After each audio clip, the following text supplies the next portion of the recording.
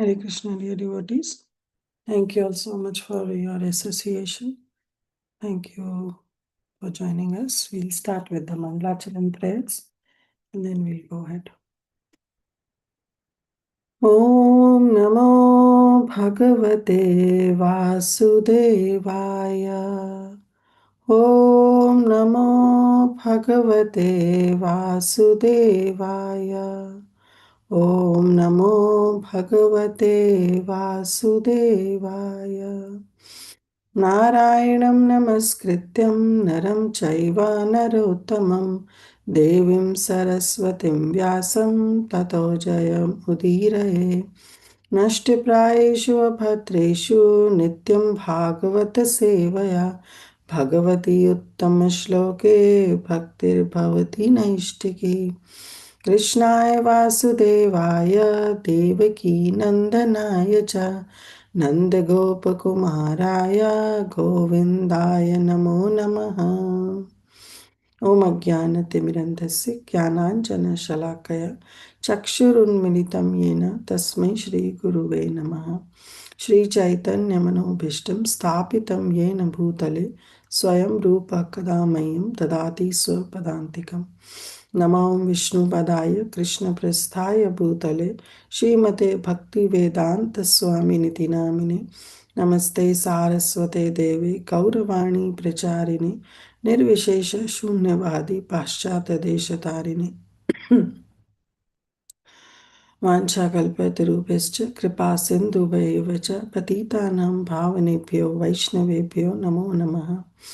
जय श्री कृष्ण चैतन्य प्रभु नित्यानंद श्री अद्वैत गदाधर शिवास आदि गौर भक्त वृंदा हरे कृष्ण कृष्ण कृष्ण हरे हरे हरे राम राम राम हरे हरे गुरुवे गौरचंद्राय राधिकाय तदालय कृष्णाय कृष्ण भक्ताय तद्भक्ताय नमो नमः। मुखं करोति वाचालं पङ्गुं लङ्घयते गिरिं यत्कृपातमहं वन्दे श्रीगुरुदीनतारिणं परमानन्दमाधवं श्रीकृष्ण चैतन्य ईश्वरम्।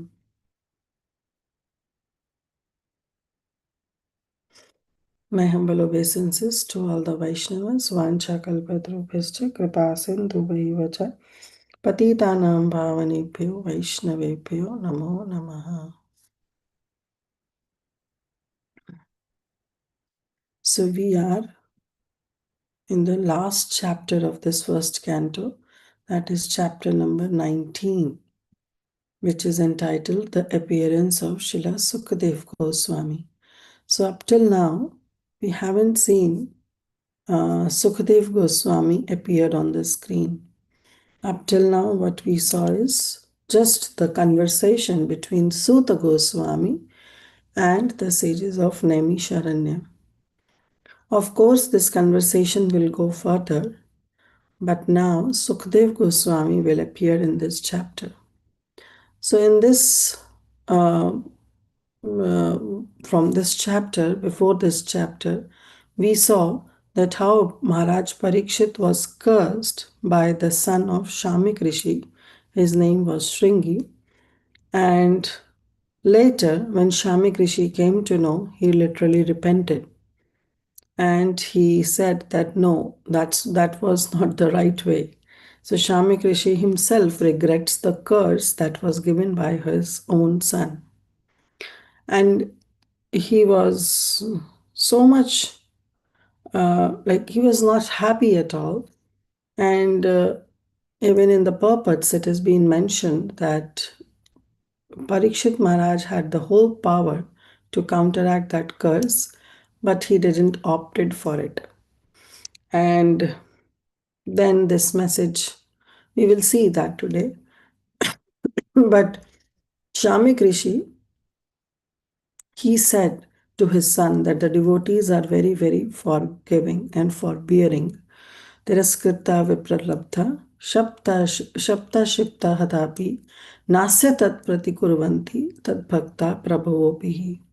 That devotees, they are so forbearing that even if they are defamed, they are cheated, or they are cursed, they are disturbed, but still they are never inclined to take revenge for whatever has been done to them, even though they are capable to do so. Nasya tat pratikurvanti. They'll not react, retaliate, or take any kind of revenge from others. So that's the mood of the devotee. And then in this chapter, chapter number 19, Srila Sutta Goswami says that even though Maharaj Parikshit, he when he went back to his kingdom, he was also not happy because he in his heart knew that he has also done something wrong. So he said that I have performed a very heinous act. Hmm. Let me share my screen so we can.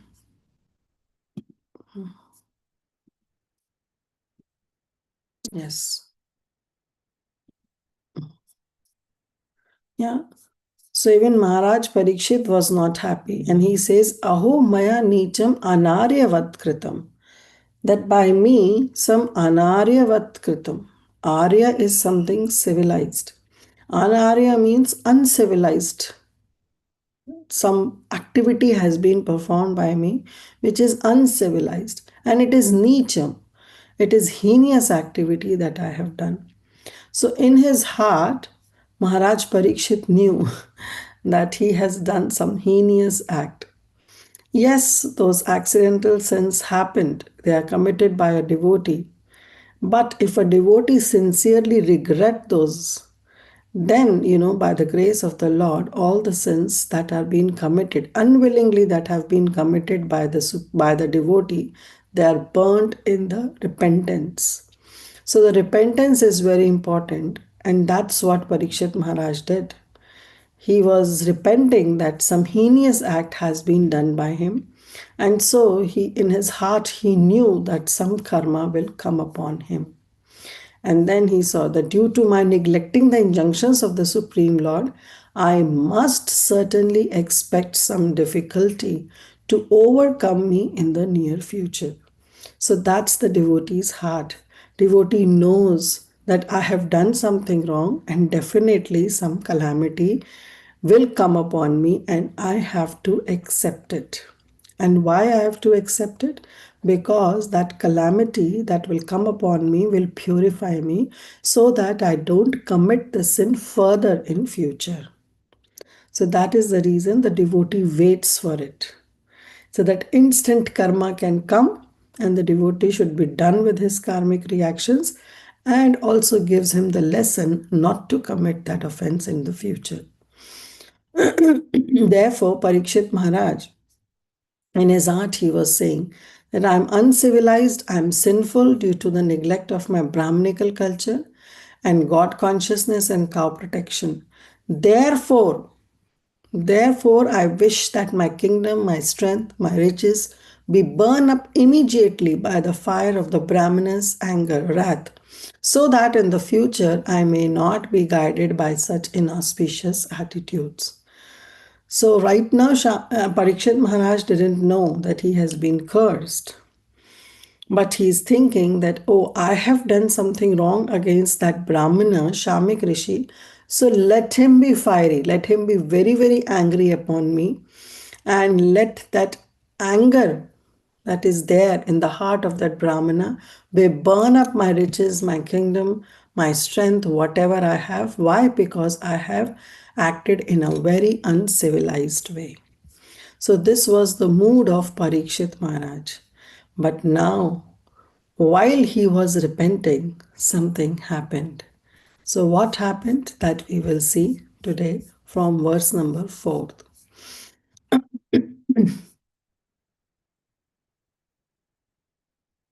Such, okay. सचिन्तयन् इत्थमथाशनोद्यथा मुने सुतोक्तो निद्रिस्तक्षकाय स साधु मेनेन चिरेण तक्षका नलं प्रसक्तस्य विरक्तिकारणम्. So now Parikshit Maharaj is thinking. Suta Goswami is only reciting this verse, but this is the thought process that is going on in the heart of Parikshit Maharaj. Sachintayan. This way he was thinking. What he was thinking? That I have done a very heinous act and I should be some calamity should come upon me, and also the anger of that Brahmana Shamik Rishi whom I garlanded with the dead snake should be very, very angry, and let his anger be like a fire that can burn my riches, my wealth, my kingdom, and everybody. Sachintayan. This way he was thinking like this. Itham, like this he was thinking. Athashranod, as he heard from the Muni, from that sage. Sutukto Nitristatakshaya, that the sage son, Shringi, he uttered by the son, Sutokto means the son of Suta. The Suta Ukto means the son of, uttered by the son of that Muni. Tatakshaya, that's Niritis Takshakaya, that the snake bird, Takshak, will come and will it will happen like the bird will come and will bite Parikshit Maharaj, and that will be the cause of death for Parikshit Maharaj. Sa sadhu mene na chirene taksha, but accepting the curse, that will be a blessing. That will be a blessing in disguise. Why? Because prasaktasya virakti karanam. Because that curse will be what will be the karanam, will be the cause for virakti, for the vairagya, for the renunciation of Parikshit Maharaj, as well as prasaktasya, also one who is too much attached to worldly kingdoms. So that attachment will go away and that vairagya will come in the heart of Parikshit Maharaj. So Parikshit Maharaj was thinking that something should happen, and now Suta Goswami says that very soon Parikshit Maharaj will come to know that he has been cursed by the son of that Muni, the son of that Brahmana, that he will die in 7 days for because of the bite of Takshak. And that news, when will reach to Parikshit Maharaj, he will be very happy. He will think, wow, this is a blessing in disguise, because that news will help Parikshit Maharaj to be not attached to his worldly kingdom, as well as accept virakti, accept vairagya, accept renunciation. And that is the going to be this reason, this death of Parikshit, the bite of Takshak is going to be the reason, will be the karana for Parikshit Maharaj to give up everything. Okay, so this is how Suta Goswami is narrating to Naimisharanya Rishis. Somebody can read the translation. Hare Krishna. While the king was thus repenting, he received news of his imminent death, which would be due to the bite of a snake bird, occasioned by the curse spoken by the sage's son. The king accepted this as good news, for it would be the cause of his indifference towards worldly things. Hare Krishna. Thank you, Gaurang Prabhu.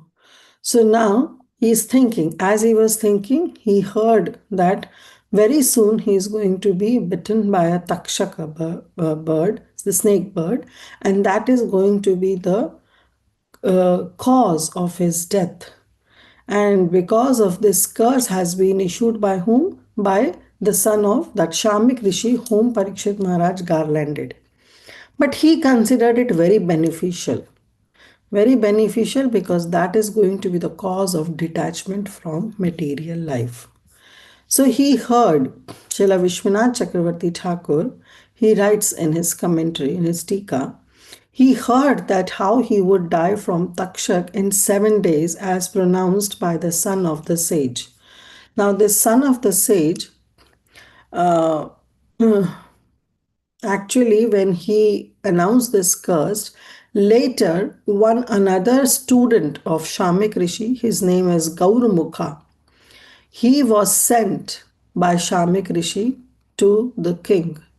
So Gauramukha was sent by Shamik Rishi and he went and he gave this message So he went as a messenger.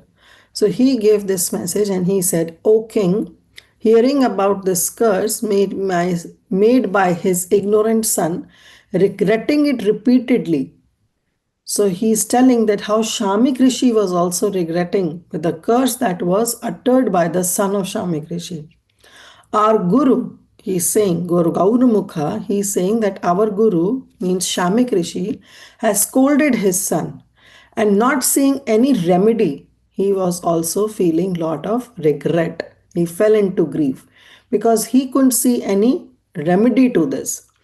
Full of suffering, he has sent me to give you this message and so that the king could make some necessary preparations before departing. So this is what Srila Vishwanath Chakravarti Thakur writes.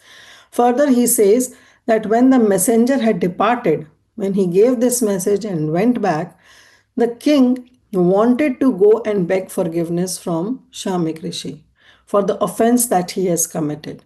But he didn't go. Why he didn't go? There are two reasons that are being given that why Parikshit Maharaj didn't go back to Shamik Rishi and ask for forgiveness. The very first reason is because the Gaurumukha who has come as the messenger has already informed Parikshit Maharaj that our Guru is feeling very, very regretted. And he couldn't find any remedy also to counteract this curse.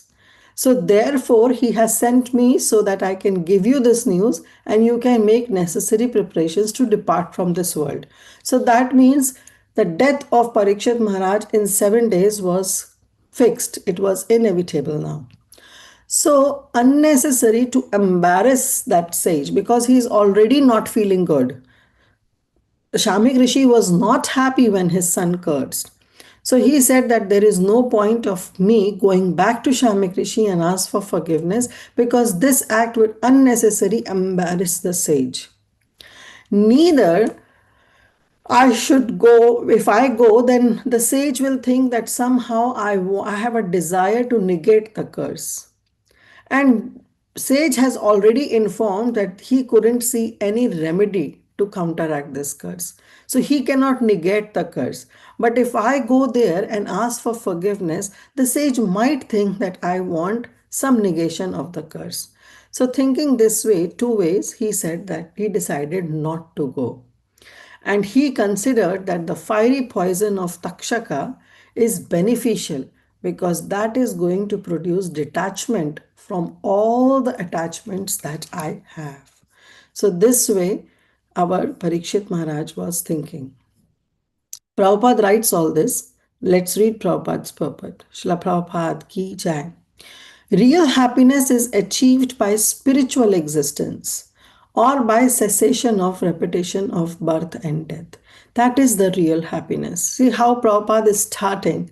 That Parikshit Maharaj, actually, it was the sign of happiness for Parikshit Maharaj. Yes, apparently we see that he has been cursed, which is not due, which should not be done. But still, Prabhupada starts his purport by saying that this is what the real happiness. The real happiness is to wind up our business from the samsara chakra and to lead our and to enter into our spiritual existence. One can stop this repetition of birth and death only by going home back to Godhead. In the material world, even if we attain the position of a Brahma, in a Brahma Loka, we cannot get rid of the conditions of repeated birth and death. But still, we do not accept the path of attaining perfection. Brahma Bhuvana Loka. So, from Brahma to the mere ant in this world has to undergo lot of tribulations in this material existence, and in this way, we are always in this samsara chakra. We cannot get out of it. The path of perfection frees one from the material attachments and thus one becomes fit to enter into the spiritual kingdom. Therefore, those who are materially power stricken are better candidates than those who are materially prosperous. Why? Because those who are materially power stricken, those who have struggled in their material existence, they feel they have further, they first of all, they don't have any attachments because they don't have any possessions. And secondly, they feel that no, this life is waste. So let me just somehow get spiritually inclined and wind up my business. But those who are materially prosperous, what will happen? Like, it's not a black and white rule as such, but generally it is seen. Therefore, Prabhupada is quoting this sentence, that those who are materially prosperous, they have lot of attachments. They have attachments to their family, to their possessions, to their own things, to their own body. They are very, very attached. And if we are too much attached, then that's not the process to enter in the path of Bhakti Yoga. So Maharaj Parikshit, he was a great devotee and a bona fide fit candidate to enter into the kingdom of God. But even though he was so, his material assets as the emperor of the world were actually the setbacks for him to attain the right, rightful status of being the associate of the Lord. Therefore, to take his status away as a devotee of the Lord, he could understand that this cursing of the Brahmana boy, although unwise, was a blessing upon him. So, this is how a devotee feels. A devotee feels that the curse is also a blessing upon me because there is the hand of the Supreme Lord. This is how the devotee feels, that whatever is happening in my life is actually orchestrated by the Supreme Lord. Even though that can be the cause of one's own karmic reactions, but the feeling, the consciousness should be that my Lord has orchestrated this in my life, personally intervened and has orchestrated in my life, so therefore I should accept it. Because this is going to lead the detachment from the worldly affairs. Shamik Rishi also, after regretting the incident, conveyed the news to the king as a matter of duty so that the king would be able to prepare himself to go home back to Godhead. He sent this news to the king that foolish Shringi, his son, has misused his spiritual power by cursing the king. The incident of the king's garlanding the Muni was not the sufficient cause, being cursed to death. But since there is no way to detract this curse, the king was informed to prepare for death within a week, and Gaurumukha was sent as a messenger. Both Shamik Muni and the king both were self-realized souls. Shamik Muni was a mystic and Parikshit Maharaj was a devotee. So there is no difference between them in self-realization. Neither of them was afraid to meeting death. Even Shamik Rishi knew that when this message will go to Parikshit Maharaj will not regret. Rather will accept very happily and will prepare for his final destination. See, Prabhupada is writing, Maharaj Parikshit could have gone to the Muni to beg pardon, but the news of imminent death was conveyed to the king with so much regret by the sage that the king did not want to shame the Muni further. He don't want to embarrass by his presence there. He decided to prepare himself for his imminent death and find out the way to go home back to Godhead. Then Prabhupada writes about the human life, that how we should also prepare ourselves. But what we do is we are in this system and we just get so much attachment. And then Prabhupada says that everybody is going to die because death is inevitable. Parikshit Maharaj was fortunate that he get a 7-day notice, but a common man, there is no definite notice that is being given. Therefore, the common man should think that every day is a dying day. That every day, uh, any day, the death can come. So every day I should prepare myself to have this, to enter into this final destination. But foolish men, they forget. They forget this fact of death and neglect their duty of preparing themselves for going home back to Godhead. So, how the foolish men behave? Foolish men behave like a goat. So there was a man and he has 100 goats and he used to slaughter the goat every day. But before slaughtering, he would tie them with a tree, all hundreds of them, and will give lot of green grass to eat. And all the goats are very happy because they are getting the green grass to eat. But then one day he came, He took one goat and he slaughtered. But rest 99 of them, they know that what is going to happen. Why this person is doing this? This is just an allurement that he is giving to us in the form of green grass. But the rest 99 was thinking, well, I am safe. Nothing will happen to me. Let me enjoy this green grass. And every day he would take one goat after another. Till the time one single goat was left, 99 of them were slaughtered. But that one single goat, seeing that all 99 have been slaughtered, was still thinking that nothing will happen to me. Let me enjoy this green grass. So, this is the foolishness. Every day we are seeing that people are dying. This is also Prabhupada mentions as Samshamshan Vairagya, that when somebody dies, we go to crematory area and we repent. Oh, this person was so nice. He has left his body in a very prime youth. And we have so much of emotions that comes in that area, in that cremation ground. But the moment we are out, we are again back to our life thinking that nothing will happen to me. This is Samshan Vairagya, the Vairagya that arises only in that cremation ground. Once you are out, you are back again in your own life. So, this is how Prabhupada is saying that foolish men, they forget this fact that the death is sure to act and neglect their duty to prepare themselves going home back to Godhead. They forget working on it. They spoil their lives in animal propensities of eating, meeting, sleeping, and defending.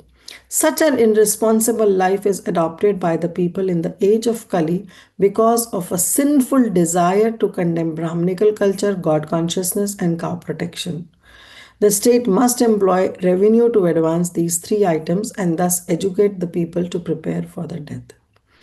So, this is how Prabhupada is saying that yes, Parikshit Maharaj was fortunate enough to get a 7 day notice, but we all are not fortunate. We might not get any alarm, and suddenly a death can come. So, we have to prepare every day. But yes, these alarms also come in the form of gray hairs, in the form of weak eyesight, in the form of old age. These alarms comes, but we just don't take notice of those alarms and think like that goat that nothing will happen to me. Text 5. अथो विहायमन् अमुं च लोकं विमर्तिशौ हेयतया पुरस्तात् कृष्णाङ्घ्रिसेवम् अधिमन्यमान उपासिषत्प्रायममर्त्यनाद्यम्. So now Parikshit Maharaj, he got this news and he decided that I will not go to Shamik Rishi to ask for forgiveness. Rather, whatever curse that has been uttered, I will accept it. So, what he did, what Parikshit Maharaj did, Upavisat Prayam Amartyanadnadyam. He sat, he renounced everything, he gave up, and he Krishnangri Sevam Adhimanyamana. He knew the process, that how he has to fix his mind on the service of the lotus feet of Lord Shri Krishna. So he renounced everything. He fixed his mind on the lotus feet of Lord Shri Krishna and he sat. Amartya Nadyam. Nadya means the river. Which river? Ganga. He sat on the bank of river Ganga and he decided that he is going to fast. Fast until death. And he sat down firmly with this firm decision that I am going to fast. And he sat on the bank of river Ganga waiting for the Takshak to come and bite him. And at the same time, he prepared himself that I am going to fix my mind on the lotus feet of Lord Shri Krishna. Somebody can read translation. Hare Krishna, Mataji, Pranam, I can read. Yes. Translation by Srila Prabhupada. Srila Prabhupada ki jai. Maharaj Parikshit sat down firmly on the banks of the Ganges to concentrate his mind in Krishna consciousness, rejecting all other practices of self-realization. because transcendental loving service to Krishna is the greatest achievement, superseding all other methods. Hare Krishna. Hmm. Thank you, Mataji. So he understood that I am not going to follow any other process. I don't want to go to Swarga. I don't want to uh, accept the kingdom of these worldly things. I don't want any other process. He said he rejected all the other processes of self realization and he simply fixed his mind on the service of Lord Shri Krishna. Thank you, Mataji. Prabhupada writes, for a devotee like Parikshit Maharaj, none of the material planets, even the topmost Brahmaloka, is as desirable as Golok Vrindavan, which is the abode of Lord Shri Krishna. The earth is one of the innumerable material planets within this universe. And there are innumerable universes also within the compass of Brahma Tattva, of Mahat Tattva. The devotees are told by the Lord and his representatives, that the spiritual masters or the acharyas, that none of the planets within all the innumerable universes is suitable for the residential purpose of a devotee. The devotee should always desire to go home, back to Godhead, just to become one of the associate of the Lord in the capacity of different rasa, that is Shanta, Sakhya, Vatsalya, Madhurya or Dasya. So this is how the devotee feels. The devotee doesn't want anything. Very beautiful prayer by Vritrasur also. And the same prayer was actually repeated by the Nagapatnis also, where they say nanaka prishtham na cha parameshtham na sarvabhauma na rasadhipatyam na yoga siddhir apunarbhuvam va samnyasya tvaveiraheya kankshe. Vritrasur is praying that, oh, I don't want any of them. Nanaka Prishtham Nacha Parameshtham. I don't want any opportunity to enjoy even in Dhruva Loka, in the heavenly planet or the planet where Brahma reside. I don't want na sarva bhaumam na rasadhipatyam na yoga siddhir apunar bhurvamva. I don't want any mystic powers. I don't want to be the ruler, to be the supreme of this earthly planets or the lower planetary system. I don't want apunar bhavamva. I don't want even liberation. Because if all these is going to give me separation from your lotus feet, I don't want any of them. So this is how the devotee thinks. I want only your lotus feet, service of your lotus feet. And in service of your lotus feet, even if I go to Naraklok, Swaraglok, it's okay. But if I have to give up your lotus feet, the service of your lotus feet, and would enjoy all this, enjoy in Dhruva Loka, enjoy heavenly planets, enjoy the planet of Brahma Loka, or be the ruler of this entire earth planets or the lower planetary system, but I have to give up your lotus feet, then I don't want any of these.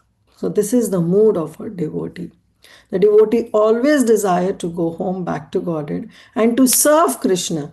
Why the devotee go home back to Godhead? Not to just mitigate his own miseries. The devotee doesn't want that I should be, when I go to Vaikuntha, there will be no miseries at all. That's not the agenda. That's not the motive of the devotee to go home back to Godhead.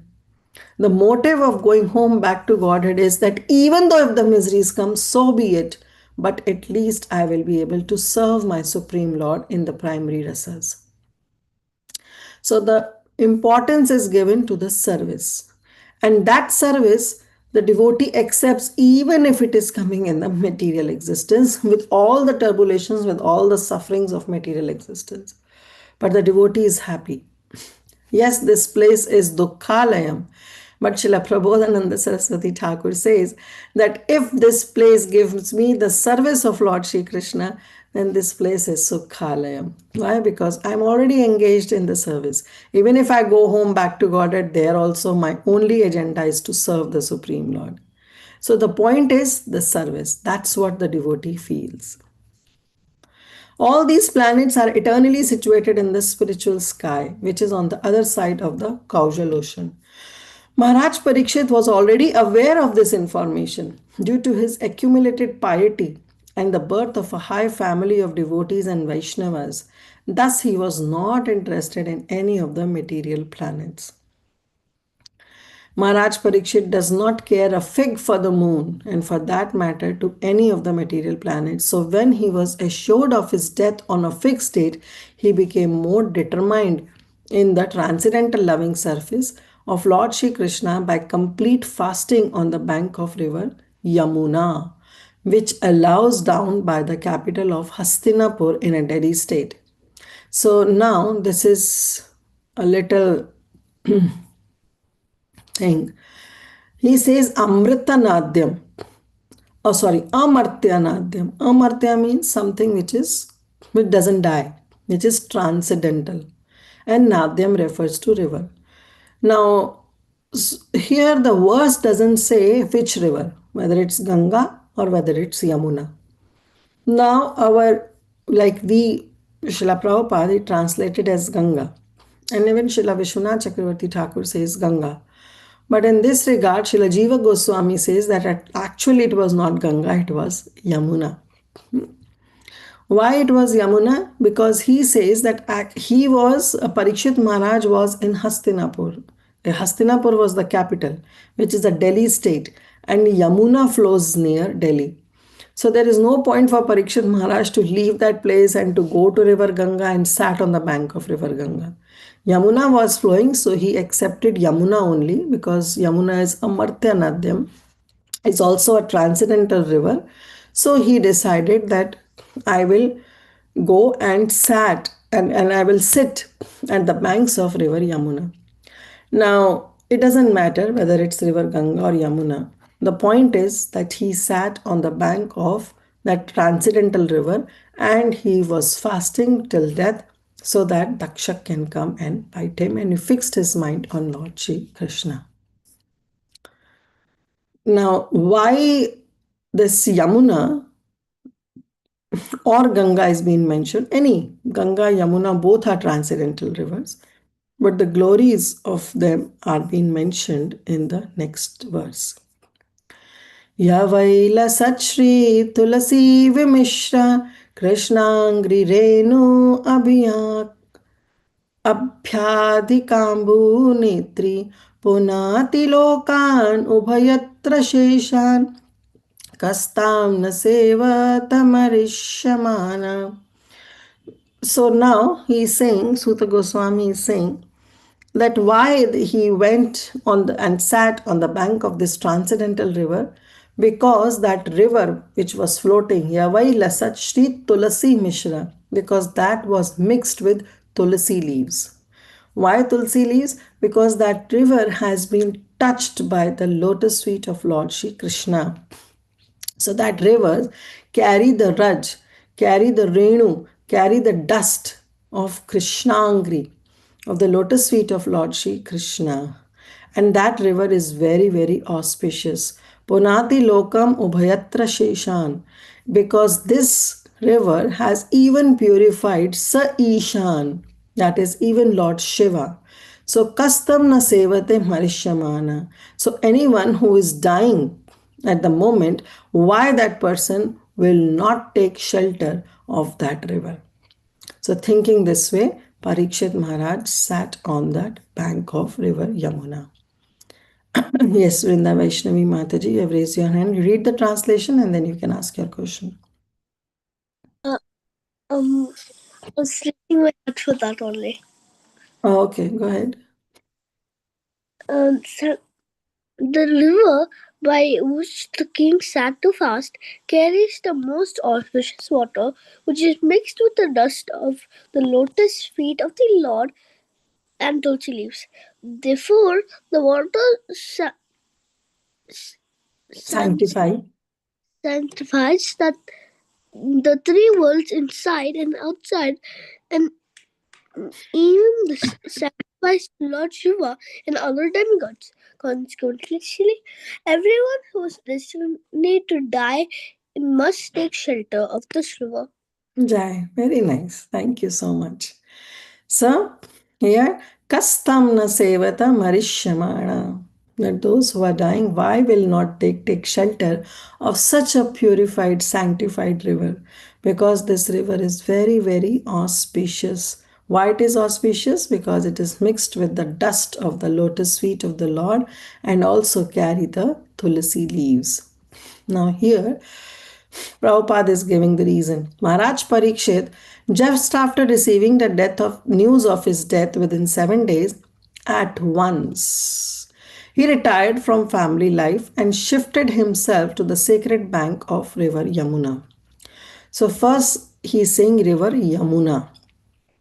Now generally it is said that the king took shelter on the bank of river Ganga. But according to Srila Jiva Goswami, the king took shelter of the river Yamuna. Srila Jiva Goswami statement appears to be more accurate because of the geographical situation. Maharaj Parikshit resided in this capital Hastinapur, which is situated near present Delhi, and river Yamuna flows down past the city. So naturally the king would take shelter of the river Yamuna because she was flowing past his palace door. And as far as sanctity is concerned, the river Yamuna is more directly connected with Lord Shri Krishna than the river Ganga. Anybody wants to say why Yamuna is more directly connected with Lord Shri Krishna than river Ganga? Yes, Tulsi Gopi Madhuri. Two reasons. One is that Krishna had so many pastimes in Braj in the river Yamuna, and other reason is Yamuna is the wife of Krishna. Later on, he married Kalindi, and she became one of the wives in Dwarka. Yes, very nice. So, yes, Ganga is very, very purified. Why? Because Ganga was able to wash the lotus feet of Lord Shri Krishna. But Ganga could get the association only of the lotus feet of Lord Shri Krishna. But Yamuna is more directly connected because Krishna had so many sport pastimes in river Yamuna itself. So he himself was the entire Krishna who was there in Yamuna. And he played he had so many wonderful pastimes in river Yamuna. So naturally, river Yamuna is much more sanctified. The Lord sanctified the river Yamuna from the beginning of his transcendental pastimes in the world. Right from the beginning, when his father Vasudev Maharaj was carrying and crossing the Yamuna, the baby Krishna, for a safe place in Goloka, on the other bank of river from Mathura, the Lord fell down in the river. And by the dust of his lotus feet, the river at once became sanctified. So it is specially mentioned here that Parikshit Maharaj took shelter of that particular river, which is very beautifully flowing and carrying the dust of the lotus feet of Lord Shri Krishna mixed with tulsi leaves. Lord Krishna's lotus feet are always smeared by the tulsi leaves, and thus, as soon as his lotus feet contact the water of Ganga or Yamuna, the rivers immediately became sanctified. The Lord, however, contacted the river Yamuna more than the river Ganga. According to Varha Puran, as quoted by Srila Jiva Goswami, there is no difference between the water of Ganga and Yamuna. But when the water of the Ganga is sanctified 100 times, it is called Yamuna. So this is how Prabhupada is quoting. And in the scriptures also it is said that 1000 names of Vishnu are equal to one name of Rama, and 3 names of Lord Rama are equal to one name of Krishna. Sahasranam punyam trir avritta tu yat phalam ekavritta tu krishnasya namaikam tat prachati. That one can achieve lot of piety, sahasranam nam punyam. One can achieve lot of piety by chanting 1000 holy names of Lord Vishnu, Vishnu Sahasranam Stotram, 3 times, or the holy name of Rama 1 time. So 100 times chanting Vishnu Sahasranam is 3 times, chanting Vishnu Sahasranam is actually chanting one name of Rama. And 3 times chanting the name of Rama is equivalent to uttering the one name of Lord Shri Krishna. So that's how potent is the name of Lord Shri Krishna. And also we know this famous verse, Shri Rama Rameti Rameti Rame Rame Manorame Sahasranama Tulyam Rama Nama Varanane. Right? So this is how Prabhupada is also saying that the water of the Ganga, uh, there is no difference. But when the water of the Ganga is sanctified 100 times, it is called Yamuna. But irrespective, coming back to our Srimad Bhagavatam, irrespective whether it was Ganga or Yamuna, but the point is that Parikshit Maharaj, see, it says that at once he retired from his family life. He didn't take a second to think that, oh, what will happen to my family? What will happen to this entire kingdom? What will happen to my sons? No, immediately he accepted. That itself shows that how much detached Parikshit Maharaj was. Though he was thinking that this curse will give him some kind of detachment from the material affairs and attachment to Krishna's lotus feet, but in his heart he was already detached. And that's why it didn't took him long time to think that what should I do. As soon as he heard that death is coming in 7 days, in his prime youth, he gave up everything. He gave up his wife, he gave up his children, he gave up his kingdom, and he accepted the lotus feet of Lord Shri Krishna. That's the beauty. At once retired. This shows the eagerness the devotee carries in going home back to Godhead or in the service of Lord Shri Krishna. How many of us are ready to die at this very moment? Think, we can think in our own mind, in our own selves, that are we ready? If the death comes immediately, right now, right away, are we ready? Or we will think, oh, I have so much to do, so much things I have. How all these things will happen? Who is going to take care of my children, my family, my things, my home? I have so many responsibilities. No, the devotee is never like this. The devotee is always ready. And that devotee which doesn't have any attachment to the worldly affairs, only that devotee becomes immediately uh, ready to accept death at any time of life, at any moment. Okay. Yes, Praladananda Prabhu, you want to add something? Dhanurapana Mataji. Dhanvat Pranam. I just wanted to say about Yamuna Mataji Hmm. importance. But before that, as you were mentioned about preparedness for death anytime, Bhagavatam says, Nottam slok vartayam justam Hmm. tat kathamrutam syat sambramo antakale spartam tat padambujam. One who has enjoyed Krishna Katha throughout his life, every day, he has no problem remembering Lord Sri Krishna at the end. So Bhavan Krishna Matta Smriti Jnanapanam, he will come and remind us. That was my thinking. Another thing about Yamuna Mata, I heard, I don't know how authentic it is, but one time Nanda Maharaj wanted to go Prayagraj to Hmm. take bath there. And then Lord Krishna said, okay, you go tomorrow, don't go today. Then, Yeah. okay. So, I heard of that. Is that correct? I don't know whether it's authentic or not. No, it Then, is, then it is, it is authentic. It is mentioned. yes. Okay, all Yeah. right. So I just wanted to say that also like that. So Yeah. thank you, Matt. Thank you. So Praladananda Prabhu was quoting about this beautiful pastime that when Nand Maharaj, he saw that people are taking bath in river Ganga, and as soon as they are coming out of river Ganga, they are getting four-handed form of Vishnu and they are being liberated. So Nanda Maharaj, they heard the glories, not seen, they heard the glories of river Ganga, and therefore they developed this desire to go to Prayagraj and to take bath in river Ganga. But as soon as Krishna came to know about this desire of Nand Maharaj, he told that, okay, maybe you can go tomorrow, not today. And Nand Maharaj agreed, and in the morning, he, along with Mother Yashoda, decided to go to Prayagraj. As soon as they stepped out, they saw a very ugly man drenched with all that dirt coming. So Nand Maharaj asked, who are you? And he said, I am Prayag. So I said, why are you here? He said, because people, they come, they take bath in me and they put all their contaminated sins on me. And so I became so dirty, but I have to purify myself. And to purify myself, I come to Shri Vrindavan Kshetra, to Shri Vrindavan Dham, so that I can take bath in river Yamuna and can sanctify and purify my own self.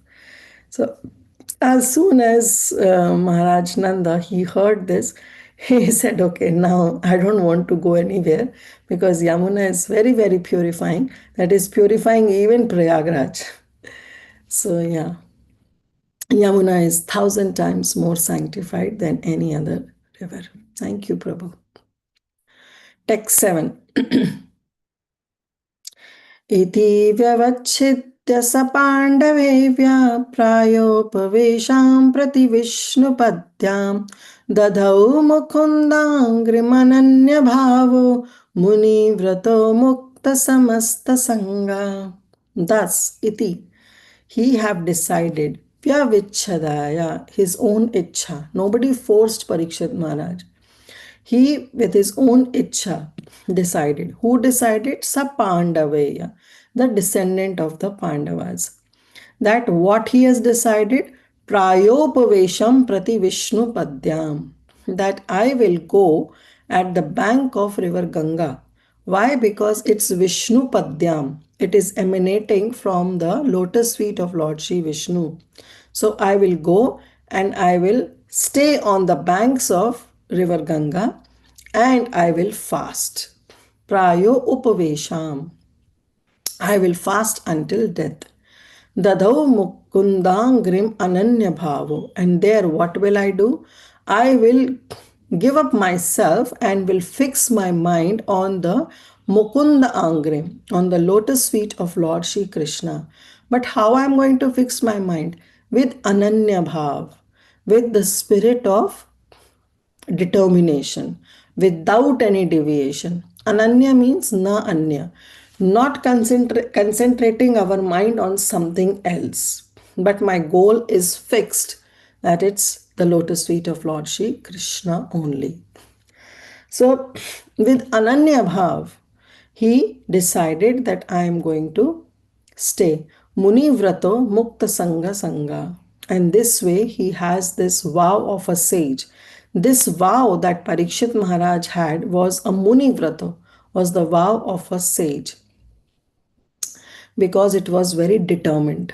So, determined vow that Parikshit Maharaj had, that I am going to give up everything, will sat on the river Ganga and will fix my mind on the lotus feet of Lord Shri Krishna. Mukta Samasta Sangha, and therefore he was liberated from all kind of association. But what association? Worldly association. He gave up immediately, dadau. He gave up those material engagements, those material affairs, those material association, and immediately went and sat on the bank of river Ganga. Somebody can read translation. Hare Krishna Mataji. Thus the king, the worthy descendant of the Pandavas, decided once and for all and sat on the Ganges bank to fast until death and give himself up to the lotus feet of Lord Krishna, who alone is able to award liberation. So, freeing himself from all kinds of associations and attachments, he accepted the vows of a sage. Hare Krishna. Thank you, Mataji. So he accepted the vows of a sage. This is the vow of a sage, means a very determined vow, unshakable vow, and without any deviation. With Ananya Bhav, he wants to fix himself at the lotus feet of Lord Shri Krishna. Prabhupada writes in the purport, the water of the Ganga sanctifies all the three worlds, including the gods and the demigods, because it emanates from the lotus feet of the Supreme Personality of Godhead, who is the fountainhead of the principle of Vishnu Tattva, and who can help us deliver one from all kind of sins. Therefore, he is known as Mukunda. Maharaj Parikshit therefore decided to meditate upon the lotus feet of Lord Shri Krishna. He freed himself from all sorts of material association and meditated upon the Supreme Lord, and that is the way of liberation. Now, Prabhupada writes, to be freed from all material association. What does it mean? To completely cease from committing any further sins. And to meditate upon the lotus feet of the Lord means to become free from the effects of the previous sins. So he doesn't want to commit sin any further, And moreover, whatever sins he has committed, he doesn't want the effect of those sins to come up. And therefore, he decided that I am going to fix my mind, because Krishna promises, Ananyas chintayanto mam ye jana paryupasate tesham nitya bhiktanam yogakshemam vahamyam. Those who worship me with Ananya Bhakti, then I take care, Yoga Kshemam Vahamyam. I take care of what they lack and I preserve what they have and I provide what they lack. So that's the promise. And further, Krishna promises that even if my devotee commits some sinful activities by chance, not deliberately, but by chance, if somebody commits any abominable act, I still consider him a sadhu, provided that the devotee doesn't leave the process of devotional service. Api chet suduracharo bhajate mam ananya bhak. Again, Krishna is using the word ananya bhak, means with ananyata, without deviation, with fixation, with determination. Sadhureva samantavya. I still consider him a sadhu. Samyak vyastito hi saha. And then he doesn't stop. He said, Shipram bhavati dharmatma shashvat shantim nigachati. Kauntaya pratijani name bhakta pranishyati. Oh Kauntaya, you declare that my devotee will never perish. So this teachings of Bhagavad Gita, Parikshit Maharaj was holding on to, that the devotee of Krishna will never perish. So therefore he said that now I have to spend my rest of the 7 days in remembering the Lord, the lotus feet of Lord Shri Krishna, fixing my mind, fixing my consciousness onto the lotus feet of Lord Shri Krishna. With this, what is going to happen? All the sins that I have committed will definitely be counteracted, means it will be finished, it will be nullified. And moreover, I will not have any propensity to commit any sin further. Because Krishna says, Kauntaya pratijani name bhakta pranishyati. Anyone who is a devotee of Lord Shri Krishna and worshipping Krishna with ananya bhav, they will never perish. And therefore in the verse also says, Tadau mukunda angrim ananya bhavo munivrato mukta samasta sangha. He gave up immediately all the association, and with ananya bhav, he fixed his mind onto the lotus feet of Lord Mukunda. Now, the principle is not that one should willingly commit any sin in his life and should constantly remember the lotus feet of the Lord. That's not the principle. That is actually a namaprad, to commit a sinful activity on the strength of the chanting of the holy name. It becomes namaprad. So we should not think, oh, let me commit sins, ultimately I'll just fix my mind on the lotus feet of Krishna and thus all my sins will be done, will be nullified. Well, that's not going to happen. The principle is that one should not willingly commit sinful activities in this life and should constantly remember the Supreme Lord without deviation. That's not the principle. Only in such a mood will the Lord help the devotee make regular progress and the path of liberation and thus attain the lotus feet of the Lord. Then Prabhupada quotes this very beautiful verse, Swapadamulam bhajata priyasya tyaktantya bhavasya hari paresha vikarma yachot patitam kathanchit dhunoti sarvam hridi sannavishta. This is from 11th canto of Srimad Bhagavatam, where it says, Swapadam Mula Bhajata Priyasya. One who is very dear to Krishna and are always engaged in worshipping the lotus feet of Lord Shri Krishna, means who is actually the shelter of the devotees, one who constantly bhajata, worship, Tyaktanta bhavasya hari paresha.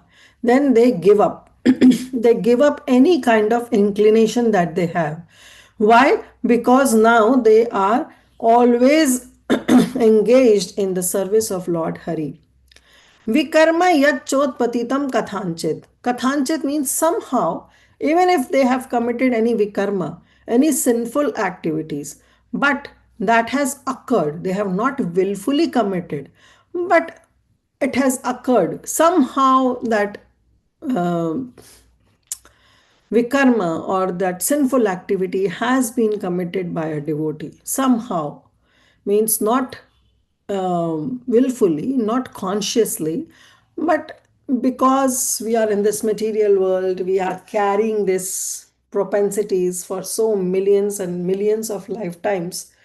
In time immemorial, as Prabhupada says, that we are in this world, we do have certain impressions.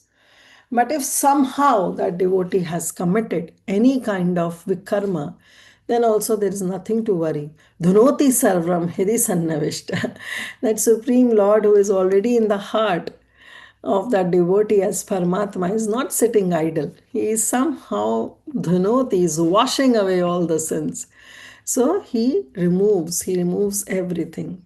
He removes immediately away the reaction of such a sin, but that sin is not committed consciously but unconsciously. If somebody performs that vikarma, then Krishna takes care of it.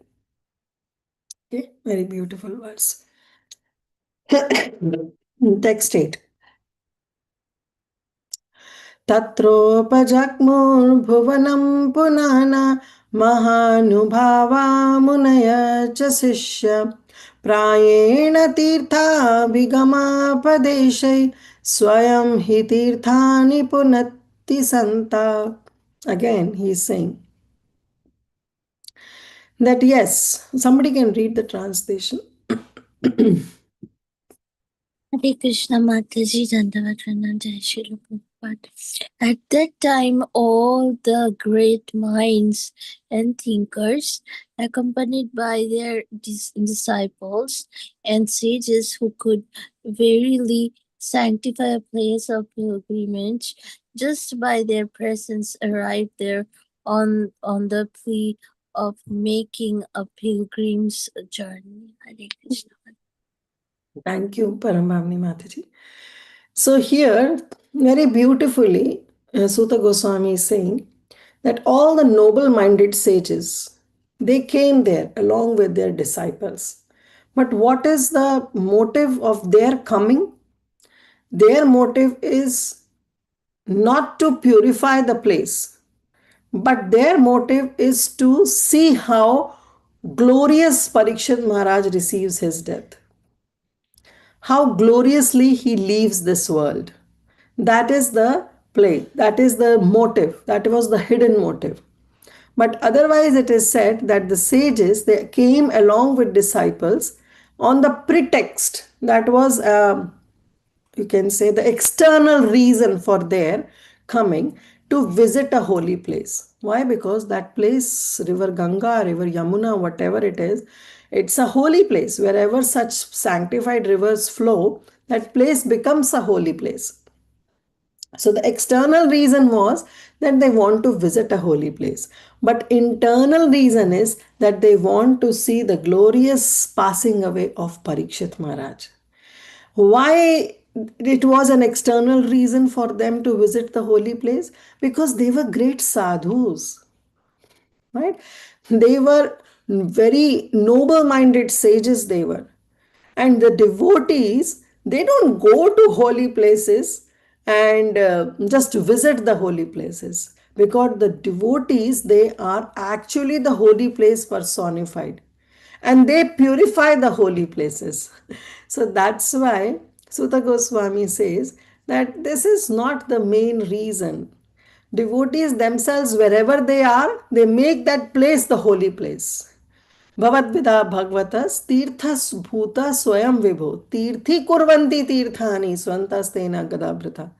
That wherever the devotees are there, that place itself become a holy place. They don't need a reason to go to some holy place and visit a holy place. Prabhupada says, yes, we have Sri Vrindavan Dham as the geographical position area in India. But otherwise, wherever Krishna Katha is going on, that place itself becomes Vrindavan Dham. Because we are remembering Krishna, the consciousness the devotee is carrying, that place itself becomes Dham.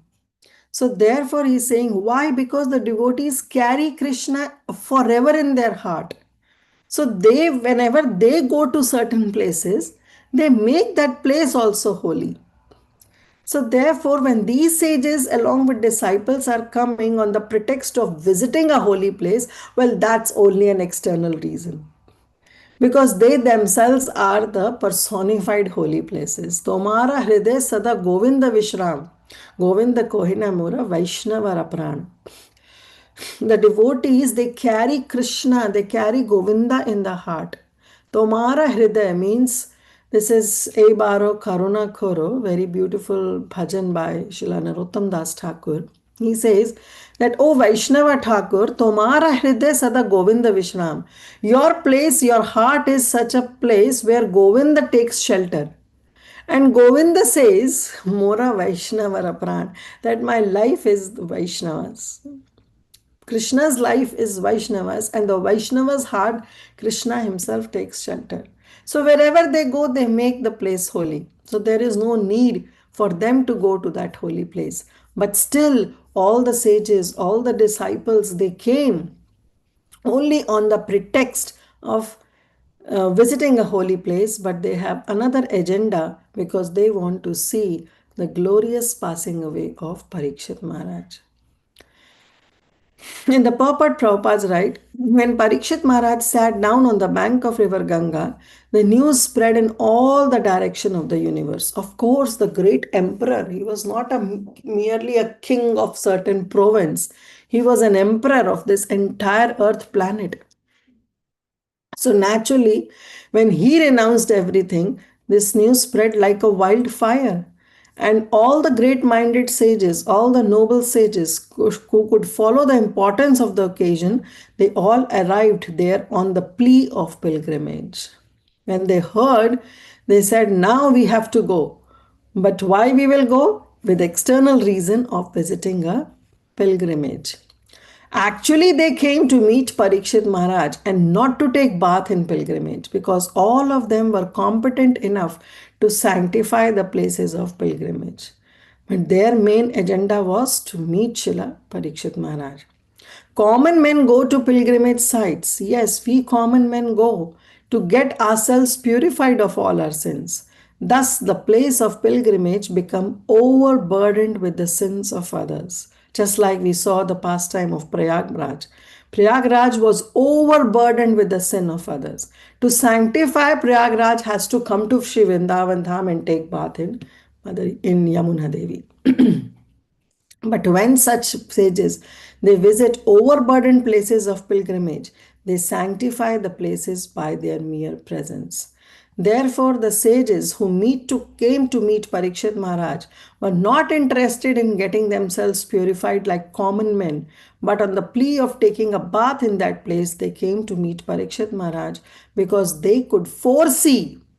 They are not ordinary sages. They could foresee that Srimad Bhagavatam would be spoken by Srila Sukadev Goswami, and all of them want to take advantage of this great occasion. So they know that Harikatha is going to happen. So they don't want to leave any chance of missing that Harikatha. So therefore they all decided that yes, now we will go and hear Harikatha. Praladananda Prabhu has quoted, okay. Tulsi Gopi Mataji has quoted the verse.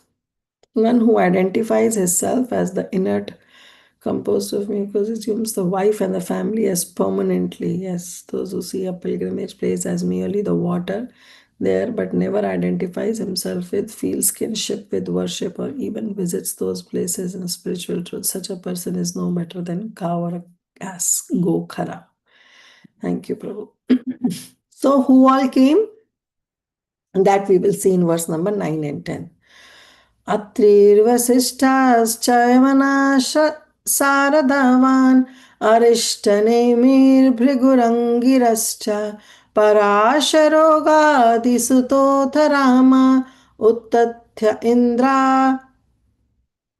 परमेदवावहु मेधातिदेवल आस्तिच्छेनो भारद्वाजो गौतमपिप्पलाधा मैत्र्या अरवकावशकुम्भोनिर्द्वापायनो भगवान् नारदश्च. So who all came? Atri. Atri Rishi came, Vasishtha Muni came, Chavanya Muni came, Shardavan Muni came, Arishta Muni came, Bhrigur came, Angira came, and Parashar came, Gadi Suto is our Vishwamitra, he came, Atharama, Parshuram came, Utatya came, Indra Prama, Indra Pramedhama Bahu. So this is also the name of a sage, I believe. And Medhatithir came, Devala, Arishtasen, Bhardwaj, Gautama, Pippala, Maitreya Muni came, and Aurav, Kavasha, Kumbhayonir, and Dwapayano. Dwapayano is our Vedvyas. His complete name is Dwapayano Krishna Vedavyasa. And Bhagwan Narada. For Narada, Sutta Goswami is adding a prefix of Bhagavan. He came. Somebody can read the translation. Hare Krishna. Krishna Mataji. Anyone of you? Yes.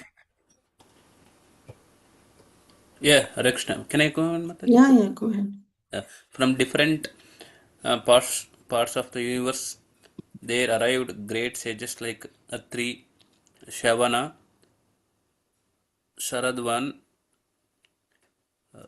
Arishtanemi, Bhrugu, Vasishta, Parashara, Vishwamitra, Angira, Parashurama, Utatya, Indrapramada, Idmavaho, Medhatiti, Devala, Arishtasena, Bharadwaja, Gautama, Pippalada, Maitreya, Aurva, Kavasha, Kumbhayoni, Dvaipayana, and the great personality Narada. Hare Krishna Mataji. Thank you, Prabhu. So all these sages, they came. So we can see the huge list and how these different, and these are not the ordinary sages. They are great-minded sages. They all came along with Narad Muni, along with Vedyas. They all came and they sat. So now see, Vyasadeva is also sitting. His son Sukadev Goswami will come and will take the seat of honor of being sitting on a Vyasapit. But our Vedvyas, our Vyasadeva himself also came in that assembly.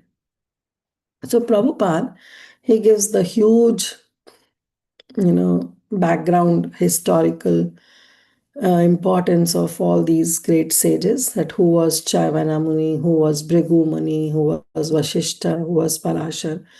So I decided that let's that be a homework and we all can read on our own about the description of these sages. Wonderful description. And if anything comes up, then you can ask in the next class.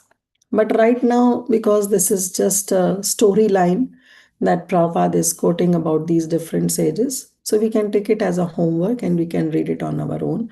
Who were all these great sages, and what is the significance or importance of their greatness, and then how they gathered on the bank of river Ganga. Okay, so is it okay? Let it that be a homework, and you all can read this entire purport because it's just a storyline about the different sages.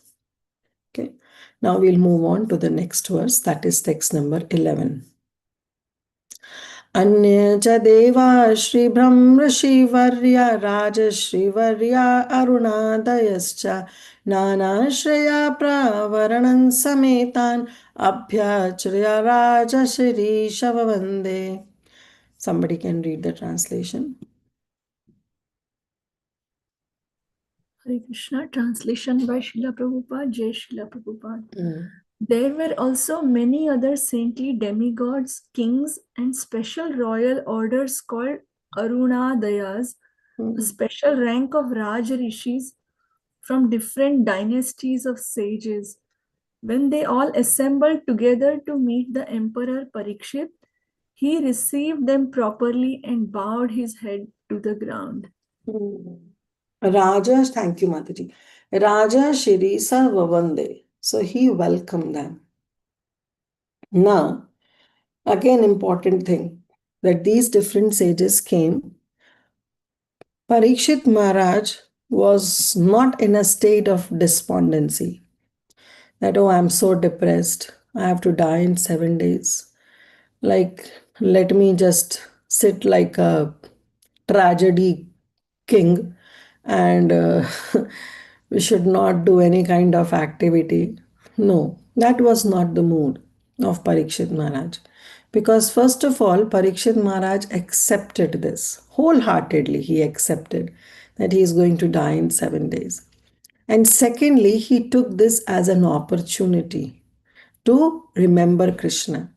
And now, when he saw that all these different sages have come, and Prabhupada in this in translation, he is writing, they were not only those great sages that were mentioned in the previous two verses, but there were many saintly demigods also who came. And special royal orders called Arunadayas, they are a kind of Rajarishis, they also came. And when they all assembled together, Parikshit Maharaj took this opportunity to bow down in front of them to take their blessings. Right? He received them properly because they all were atithis. They didn't give any tithi of coming. Parikshit Maharaj was still an emperor. Yes, he renounced everything, but still he is an emperor. And all these sages are coming. So definitely he took this as an opportunity to do dandavats to them, to bow down to them. So he bowed his head to the ground. So how nicely, how with so much etiquettes he received all these different sages. Prabhupada writes, this system of bowing down to the ground to show respect to the superiors is an excellent etiquette which obliges the honored guest deep into your heart, into their heart. Nowadays, we don't even see somebody bowing down. Like you, especially in the relatives, in the material circle, even if the children has to go and they meet their seniors, they'll just touch till the knees. They'll don't go down, bent down till the feet. They'll not do that. But that's not the real etiquette. The real etiquette is to perform dandavat, is to fall like a stick. And even if you cannot fall like a stick, at least bow your head to the ground. So that's how. And the least you can do is touch their feet, touch the feet of the seniors, if you cannot bow down on the ground. But these are the excellent etiquettes. Why? If you bow down to somebody, that obliges the honored guest deep into the heart. The guest also feel very, very honored. Even the first grade offender is excused simply by this process. How wonderfully Prabhupada is saying that even the first grade offender is simply excused by this process.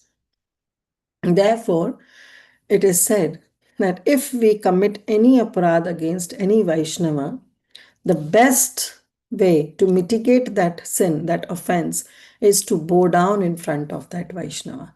As soon as you bow down, now bowing down doesn't mean just to do Kritanjali, means to fold your hands and ask forgiveness. Bowing down means literally touch your head onto the ground. Because Prabhupada is saying that in that way, the other person, he feels very, very honored and very, very deeply touched at the heart. So immediately, as soon as somebody falls, immediately the blessings come out from the mouth and the offenses are forgiven. So even the first grade offender is excused simply by this process of bowing down onto the ground. And Maharaj Parikshit, although honored by all the rishis and the kings, he welcomed all the big men in that humble etiquette in order to be excused for any offenses that he has committed knowingly or unknowingly. Okay. In this way, Maharaj Parikshit implored everyone's goodwill for going home back to Godhead. Last verse for today, and then we'll stop. Sukhopavishtvesh bhuya krita pranama swachiri kiri kirshitam yat vignapayam asha vivikta cheta upasthito gre vigrihita pani. Upasthito gri bigirthapani means with folded hands. He welcomed everybody. Somebody can read the translation. After all the rishis and others had seated themselves comfortably, the king, humbly standing before them with folded hands, told them of his decision to fast until death. Thank you, Sadamani Mathur. So, first of all, he performed the proper pranam by touching his head onto the ground before all the sages. And then, not only that, then he gave them comfortable seat. He made them sit properly. And then he stood in front of them with folded hands. He folded his hands out of respect. And then he inquired, how can I help you? Because they were atithis. He was not expecting any one of them to come. So when they came, naturally that concern was developed in the heart of Parikshit Maharaj that he wanted to do something to that sages. So Prabhupada writes that he stood humbly standing before them with folded hands, and finally he told his decision to fast until death.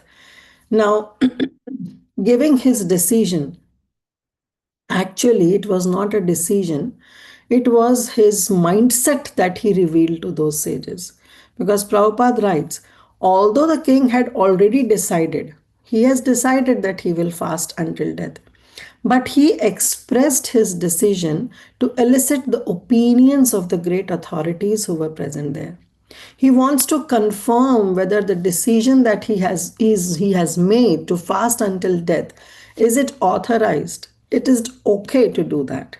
Now, this important decision, however firmly fixed, should be confirmed by some authority.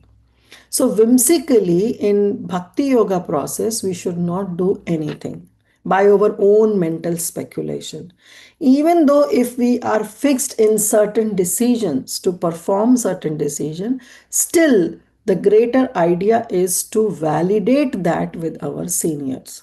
That's why this conception of Shiksha Guru comes in place. These days, we have cheaply used this word, Shiksha Guru, that anybody who is imparting some education becomes our Shiksha Guru, but actually not. Sri Chaitanya Charitamrita Krishnadas Kaviraj Goswami equates. He says that there is no difference between Shiksha Guru and Diksha Guru. They both are on the same level. So we should be very mindful whom we are accepting as our Shiksha Guru. Are we ready to place them on the same seat as that of my Diksha Guru? If not, then I should look for certain other Shiksha Guru. Because this conception of Shiksha Guru comes in place because see, otherwise we can validate all whatever decisions or whatever thought process that is there in our heart. We can validate directly from our Diksha Gurus. But sometimes Diksha Gurus, they are so busy and they have so many disciples. And it is very hard to approach Diksha Guru at all the time. So just so that somebody is there to validate our thoughts, we accept these Shiksha Gurus. So, but we should be very, very mindful. We should not use this word Shiksha Guru that, okay, today I accept someone at Shiksha Guru and tomorrow I hear something, tomorrow my thought process are not matching, my Shiksha Guru is unnecessary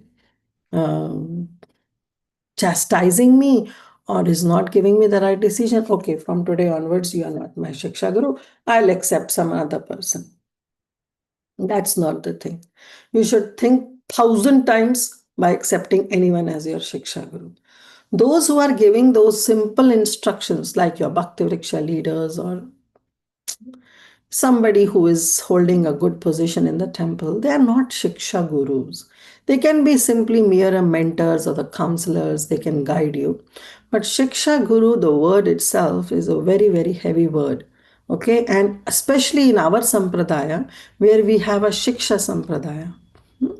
We are not a Diksha sampradaya, we have the Shiksha sampradaya. Like how Bhakti Vinod Thakur, Shiksha Guru is Jagannath Das Babaji Maharaj, but his Diksha Guru is Bihari ji, right? Similarly, Gaur Kishore Das Babaji Maharaj, Diksha Guru is someone else, but his Shiksha Guru was Bhaktivinoda Thakur. So we are in this Shiksha Parampara. So we have to be very, very mindful of using this word as Shiksha Guru. Just a sideline I want to say. Anyway, coming back to the purport, he says that any important decision, Prabhupada says, however firmly fixed, it should be confirmed by some authority. That makes the matter perfect. Now, this means that the monarch who rules the earth in those days were not irresponsible dictators. They also used to concern the Brahmanas who are there. The Brahmanas will guide the king that, okay, this is your decision, how significant it is, and how you should execute it. All these guidelines are given by the Brahmanas. So, even those kings, those monarchs were not the irresponsible dictators. They scripturously followed the authoritative decisions by the saints and the sages in terms of Vedic injunction. Maharaj Parikshit, as a perfect king, followed the principles by consulting the authorities even up to the last day of his life. So Maharaj Parikshit is an exemplary personality. Through his day to day example, he is leading a perfect life and he is giving others also this instruction that how we should lead our life. So we'll stop here. Rajo Vacha and Parikshit Maharaj, what he will say further to the sages, that we will see on Thursday. Okay. We'll stop. Srila Prabhupada ki jai, Granth Raj Srimad Bhagavatam ki jai, all the assembled Vaishnavas ki jai. Okay. Yes, we have Saudamini Mataji. Please go ahead. Krishna Mataji, thank you so much for the beautiful class. Mataji, the second last shloka which you were discussing, so there it was mentioned that offering obeisances is very good. It melts the person's heart towards whom we may have committed some offense. So then I was thinking that sometimes we behave improperly with our juniors also. And then later we feel like okay, but we are hesitant at that time because we cannot directly go and offer obeisances to them also because they are much junior in age or anything in any respect. So in such cases, what can we do ideal behavior? Very nice, Saudamini Mataji. So, a devotee, first of all, will never think that this person is senior or junior. He will equate even the juniors also to be on the same level. Because, see, today we feel that, oh, they are just the beginners in Krishna consciousness. So, they are the juniors, but we don't know on what level they are, where they stopped in their previous life and where they are starting in this next life. So there is no hesitation that should come in the heart even to bow down to our juniors. No hesitation whatsoever. Now if you say that okay, here if you consider those juniors means, see, if it is in a temple environment and nobody is a junior, we should not hesitate in bowing down to any one of them if we have committed any offense whatsoever. But yeah, sometimes we shout on our children, we misbehave with our children. So at that time, the situation is different. So with our children, it doesn't suits that we bow down to them and ask for forgiveness, but verbally saying sorry should be okay. We can even confess to our children that, okay, I was in a different mood, I said this, I said that, so please, I'm sorry for that.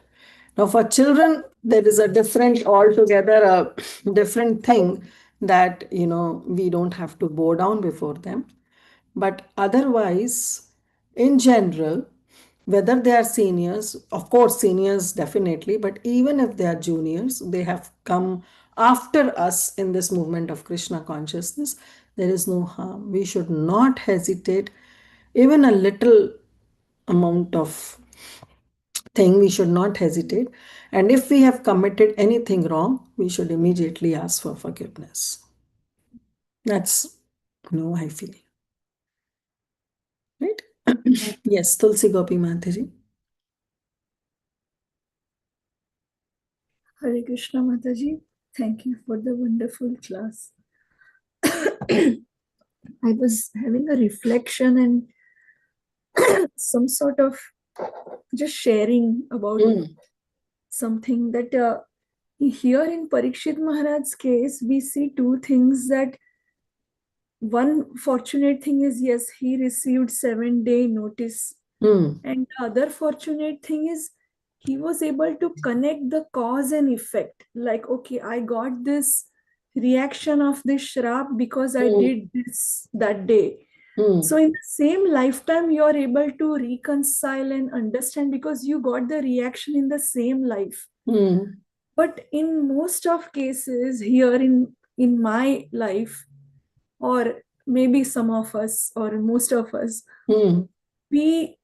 we don't have that clarity that this happened to me because this happened 10 years ago. Most of our reactions are from previous life, so it's not easy to reconcile, or sometimes we are in denial, or deep down, in theory we may know it's some sort of karma, but deep down we still feel in denial that, but somehow, why is it so harsh, right? Or I wish something can cancel or minimize something else.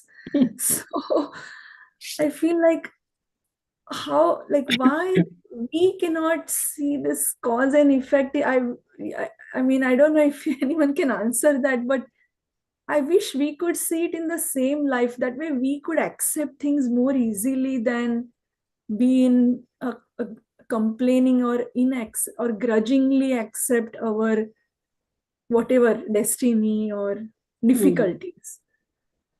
So Yes, Mataji, very true. Therefore, it's a blessing. See, if we get instant karma, means the reaction of our activity. Here, karma means the phala. If we instantly get, that's a blessing. yes, But if it is not, if instantly we don't receive the phala of our activities, then it's a hard thing because we don't know in which lifetime we have to repay. So we should always pray that first of all, those vikarmas should not happen. And if somehow accidentally it happens, I should immediately get the phal of it so that, I'm relieved of all my sins, of all my karmas. And you are right. Sometimes we feel that normally it happens that, it's our past life karmas that we carry and we have to bear now in this life. And as you said, that we don't know what we did. So when we don't know what we did, it's very hard to accept what is happening now. But ultimately, we have to accept it. So हंस के accept करो, रो के accept करो, whether you are happy accepting or you are not happy accepting, you have to accept. So better happily accept, take it the decision of the Supreme Lord. Even if though it is our karmic reactions, we can involve Krishna and said that just like you buy apple, it's a matter, mere matter. You offer it to Krishna, immediately it becomes spiritual, it becomes prasad. So similarly, our karmas, they are all matter. All our activities, all our sinful reactions that we have, we can offer it to Krishna. Oh Krishna, Krishna Arpanam, that this karmic activity is also, I'm offering it to you, Krishna. So it will happen now. What will happen is Krishna will intervene personally because we are offering it to Krishna and we are expecting Krishna to take the charge. So now those activities Krishna will take care. So even if we are suffering, even if we have some miseries associated with it, now what we'll think, okay, my Krishna is in charge. If I am still have to bear certain miseries, it's Krishna's decision. So this is how we can you know, um, move around through our life, that involving Krishna in every aspect of our life, so that we know that yes, it's Krishna's hand, seeing Krishna's hand behind everything. This is what seeing Krishna's hand behind everything. I able to make some sense? Yes, Mataji, thank you It's very a very much. beautiful verse. I recently attended a Govardhan retreat by His Holiness Sachinandan Swami, Hariparshad Prabhu, and Gaurang Darshan Prabhu. In that,